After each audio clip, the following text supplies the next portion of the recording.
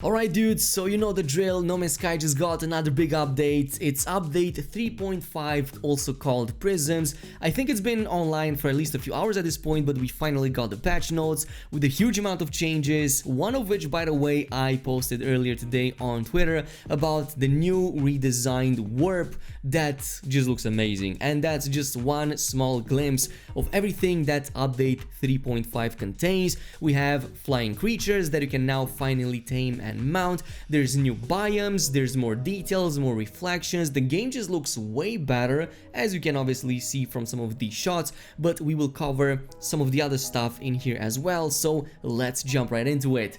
But introducing update 3.5, also called Prisms, which dramatically refreshes the No Man's Sky experience with a range of new visual features and technologies. Of course, DLSS also being one of them. The universe has never looked better, with reflections, new texture effects, more biome details, improved lighting, new skies, new warp effects, creature fur, and a host more on top. And yeah, I mean, the trailer just looks spectacular. I think that the caves are some of the biggest winners in the new update. We don't see an extensive shot right here, but people have been posting their screenshots online for at least a few hours, and I mean, it's like such a huge difference to how beautiful caves look right now, so atmospheric and so amazing. But again, I'm more excited about those flying creatures that we also see at various points in the trailer, and you can now finally ride the flying ones. But in the meantime, I want to talk about the screen space reflections. No Man's Sky now supports SSR technology for PC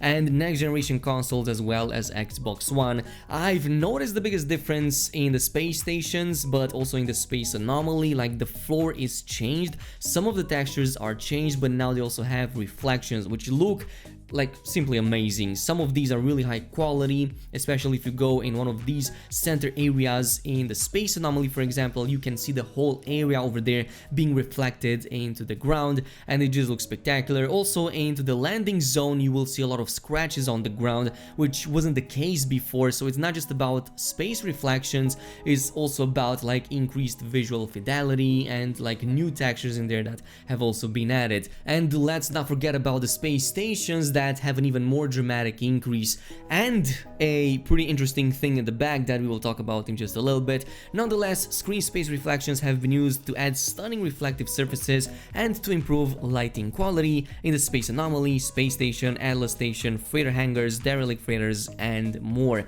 Busy locations feel more dynamic than ever, with starships and lifeforms creating reflections as they move, and lighting in reflective areas feel higher quality and are more realistic. And yeah, I mean, these shots just already speak volumes about these brand new changes. But volumetric lighting is also one thing that I noticed being added. So there's new styles of volumetric lights that have been introduced, with colored and directional volumetric used to add atmosphere all across the universe. Examples include menacing searchlights of sentinel drones, the soft glow of bioluminescent flora, and the bright headlights of starships and exocrafts. And we see one of these shots right here with a drone that, yeah, looks a little bit more realistic and more atmospheric as it is mentioning it. Now, hyperdrive warp effects is also one of these that have been added in the new update. I already covered it, so it looks something like this. And it also comes with improved sound effects that sound very alienish. I'm not sure if this is implying that there's anything like, you know, lore related to it, but it looks just that more amazing. Now, deep learning super sampling, or DLSS, is one of the things that have been added. We even have one of these comparisons video right here that yeah, Nvidia posted themselves. I also tested it in game. It's pretty much the same DLSS as you would expect in any other game. It has a balanced, a performance, ultra performance, and the quality preset. So depending on your preferences, if you want to have like higher quality or better performance, now you have all of that. But personally, I think that the balanced setting works the best in this situation, or at least it did for me, but I haven't like done any extensive tests with all of this, so it's just my own opinion. But richer caves is part of the new update. Caves are really amazing right now. They truly feel like caves. So caves and subterranean biomes are now even more alien and exotic. Fungus and flora glows with new atmospheric lighting effects, and environments are more detailed and more diverse. And here we have a few of these shots, and yes, they actually look this good, sometimes even way better than these sample shots that we have right here.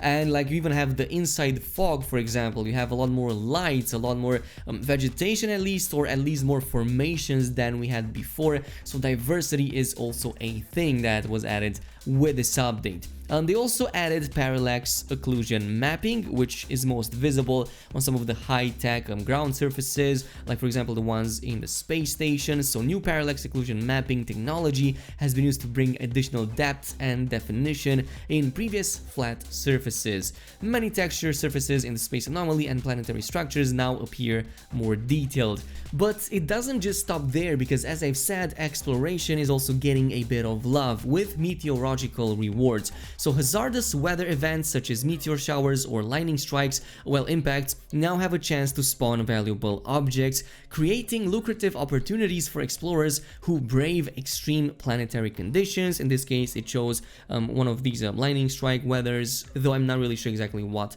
they give you. Alongside with these visual and light changes, we also get improved torch visuals. So the exosuit torch now benefits from improvements to its visual effects, as well as dynamic brightness and positioning improvements, which right now, yeah, I mean, just lights everything up, looks really realistic, and even like the shades move a little bit better than ever before. Oh, and by the way, here are a few reflections that you can see from some of the glass windows in the game. This is how it looks, by the way. It also a little bit affects your costume, especially if you go into really bright areas. It definitely seems that there was a bit of a change over there with the reflections, even though technically speaking they are all matte in terms of their colorings. But yeah, this shot is really awesome. Now in the appearance modifier, you can now see the UI has changed a little bit. It's now easier to spot which choices you have made, especially when it comes to the colors, as previously it was quite difficult to pinpoint some of the colors you've chosen simply because of how the UI was made. So these choices with a white triangle over there, that indicator, is a lot better. Now what's most exciting for me are the exotic companions, previously untamable for various reasons. Well, did we talk about this? Yes, we have. I did mention previously that eventually Hello Games would come in and they would make these tameable as well, and not only have they done so, they have added what seems to be brand new models. So the range of creatures that can be adopted as your companion has been hugely increased to encompass virtually every life form you encounter. Yes, including the beautiful beetles, the beautiful flying creatures, the alien looking ones, even like the ones that traverse the terrain, and the ones that are underground, it seems. So it just looks crazy. Now one of the most staggering changes that I have seen that honestly makes one of the biggest impacts, especially during the night or during well, space exploration, is the dynamic starfields, or well, dramatic starfields as they call it. But the variety, quality and number of stars in the sky has been significantly increased, a dazzling reminder of the vastness of the universe.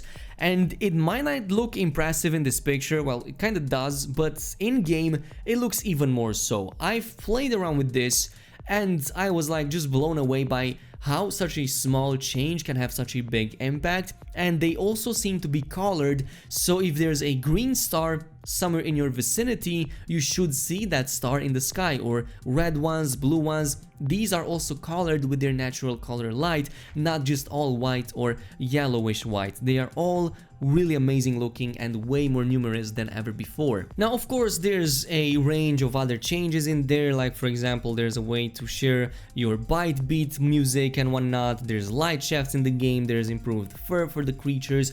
But I think that the one quality of life change that many people will be very happy about, especially now that we also got that Mass Effect Andromeda frigate, is going to be your movable freighter bases. When purchasing a new freighter, your existing freighter base is automatically transferred and reconstructed in addition to, well, buying the new freighter, and freighter-based layouts can now be reset at any time from the freighter upgrade control terminal, which is one of the best quality of life changes, honestly, that I ever wanted for my freighter bases. So just my opinion. They also further increased the planetary details. If you thought that previously it was crazy, now it's even crazier. I mean, the transition to the PlayStation 5 was already really big and noticeable, but now it's way bigger than that, so really interesting. Rain effects is another addition that was added. Honestly, I was expecting this to also come with a water update. I think that's still on the menu at some point, but at least we get a part of it. So now if you get wet, you will visually see that on your suit, as it will slightly, you know, change color as it would be normally with any like texture that gets affected by water. So it gets soaked with water, and it also affects how it shines and how it looks. We do get something new though. So Synthesis Laboratory, a new terminal has been added to the blueprint research area of the space anomaly. This newly automated research station will provide recipes for crafting components in exchange for nanites. Now the final thing that is really interesting to me, and we still don't really know exactly what it does, is the space station core, which you will now notice on any space station, which kinda looks like this. And there's a computer that apparently requires a certain mechanism or maybe a component or some kind of upgrade to put inside of it and override it in some way. So according to the notes right here, the space station hangar has been dramatically overhauled. Please observe flight path conventions while docking. The station controller will be watching, which seems to be some kind of other, you know, brain entity thing like the Atlas, since it implies it's maybe conscious. Or maybe it does something. Not really sure exactly, but you can override it in some way, so I haven't seen any details on that yet, but I will definitely cover that in a future video. But so far, these are the biggest changes in the new update 3.5 called Prisms. It looks amazing. As always, Hello Games does not disappoint, so let me know down below what is your opinion of this update and what part of it you like the most. Thanks so much for watching, and I'll see you guys next time.